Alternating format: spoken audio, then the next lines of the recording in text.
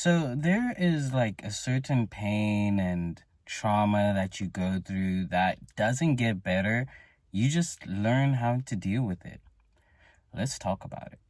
So I was thinking about this the other day on how, when you go through something very tragic, people will come to you and say, hey, listen, don't worry. Time heals all wounds. It will get better. And I have realized that no, it doesn't really get better. You just live with it. And I think one of those for me was obviously just the loss of my parents, where I can't say that that feeling of pain and grief has gotten better. I've just learned how to live with it every single day.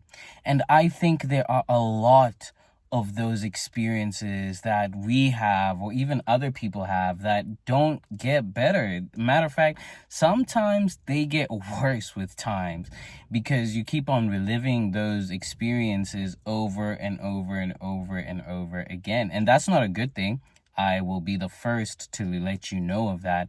But it's what happens.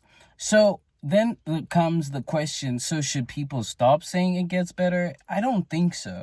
Because I think they say that from a good place. They say that from a loving heart. They are not saying it to just brush off what you're feeling.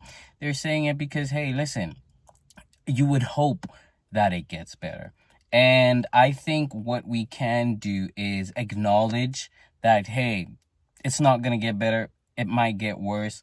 So live with it. Now, live with it doesn't mean dwell on the pain, dwell on the trauma, and so on and so forth. No, live with it means, listen, this is the situation.